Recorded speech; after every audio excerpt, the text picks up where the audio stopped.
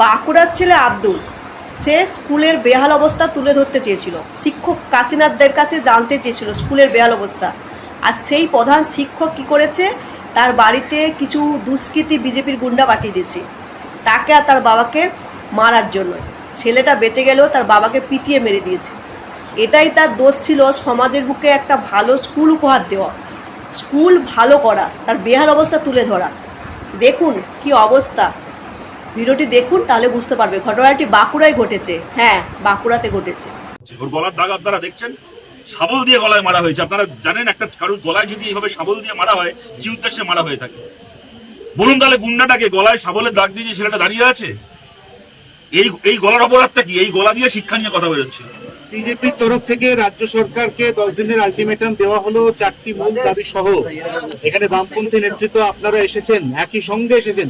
আপনাদের কি পৃথক কোনো দাবি রয়েছে না একই দাবি? পৃথক কোনো দাবি নয়, এটা যেটা বললেন আশুতোষ, তার সঙ্গে খালি একটা সংযোজন করছি। এটা আশুতোষও এটা বলবে পরে, আবার যখনই হবে, কোনো কারণে বলার সময় মিস হয়ে গেছে। তা হচ্ছে আপনারা জানেন যে আব্দুল সবার আগে স্কুলে গিয়ে স্কুলের যিনি হেডমাস্টার কাশীনাথ দে, কাশীনাথ দে, তার কাছে গিয়ে বলেছিল যে আমরা দেশ জুড়ে সিজেপির ডাকে এরকম ভাবে আমাদের এলাকার স্কুলগুলোর কি অবস্থা, সরকারি স্কুলের কি অবস্থা, তাই নিয়ে আমরা একটা সিটিজেন্স ভিজিলেন্স, আমরা একটা নাগরিকদের পক্ষ থেকে তা একটা দেখতে চাই। আমরা খালি স্কুলটা দেখতে চাই কি অবস্থায় স্কুলটা চলছে। একজন হেড স্যারকে এইটুকু কথাও বলেছিল। পরের দিন যখন স্কুলটাকে দেখতে গেল তখন ওর জন্য বিজেপির গুন্ডারা ওখানে অপেক্ষা করছে। কারা এই একটা সাধারণ একটা সোশ্যাল ভিজিলেন্সের দাবি করে কারা এখানে বিজেপির গুন্ডাদেরকে ডেকে আনলো? এখানে কাশীনাথদের ভূমিকা কি সেটাকেও খতিয়ে দেখতে হবে। পুলিশের ভূমিকার কথা তো আশুতোষ বললেন, এবং হাসপাতালে সিসিটিভি ফুটেজ, এই সিসিটিভি ফুটেজকেও বাজেয়াপ্ত করে যে কথাটা বলা হলো যে অনেকে যারা মেরেছিল ওরা যাদেরকে চেনে, আব্দুলের মা চিনতে পেরেছেন, আব্দুল চিনতে পেরেছে, তাদের নাম বলে অভিযোগ করা হয়েছে, তারা বাদ দিয়েও যারা এই ঘটনায় জড়িত তাদের ফুটেজ সিসিটিভিতে এখনো পাওয়া যেতে পারে। হাসপাতালের ইন্দাস হাসপাতালের ওই সিসিটিভি ফুটেজকে বাজেয়াপ্ত করে তাদেরকে চিহ্নিত করতে হবে। এবং দেখুন আপনাদের একটা কথা বলছি, শুভেন্দু অধিকারী মুখ্যমন্ত্রী হওয়ার পরে খুব গুন্ডা দমন আইন করে লাফিয়েছিল। বলতে খারাপ লাগে, কিন্তু আপনাদেরও অনেকে তখন মনে করেছিলেন যে দারুণ একটা আইন আসছে, ক্রাইম হওয়ার আগে 1 বছরের জন্য জেল হয়ে যাবে, বিরোধীরা হেভি জব্দ হবে। কিন্তু আজকে তাকিয়ে দেখুন পশ্চিমবাংলায় সত্যি গুন্ডা কারা পোষে। পশ্চিমবাংলায় কি আব্দুল গুন্ডা, যে ছেলেটা তার এলাকার স্কুলের উন্নতি চেয়েছিল?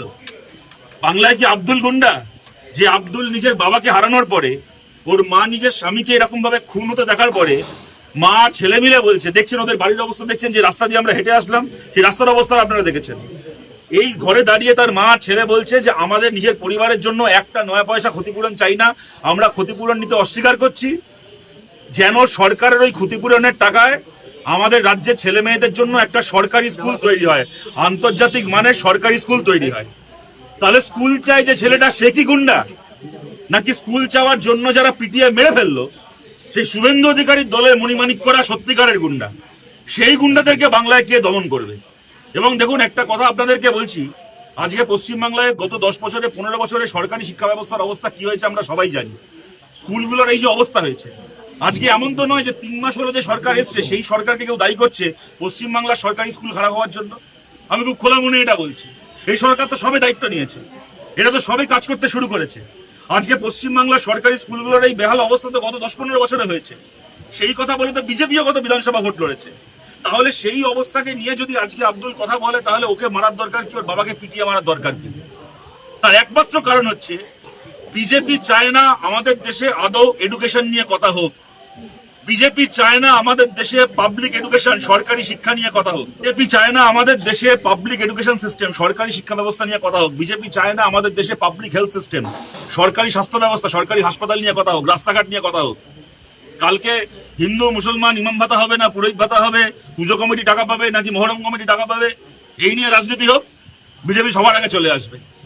আর একটা ছেলে এসে ইমাম ভাতা, পুরোহিত ভাতা, মহরম আর মহরমের তাজিয়া আর পুজো কমিটির চাঁদা এইসবের বাইরে গিয়ে এলাকার স্কুল নিয়ে কথা বলছে, মানে তার থেকে বড় অপরাধী কেউ নেই। তাকে চড়াও হয়ে তাকে মারতে হচ্ছে, তার বাবাকে মেরে ফেলতে হচ্ছে। ওর গলার দাগ আপনারা দেখছেন, শাবল দিয়ে গলায় মারা হয়েছে। আপনারা জানেন একটা কারোর গলায় যদি এইভাবে শাবল দিয়ে মারা হয় কি উদ্দেশ্যে মারা হয়ে থাকে?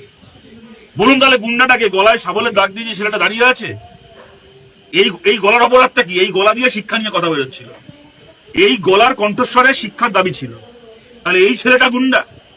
নাকি যারা এই শাবলের দাগটা দিয়েছে, যাদের হাতে শাবলটা ছিল তারা গুন্ডা? ওই গুন্ডাদেরকে দমন করার আইন পশ্চিমবাংলায় কে আনবে?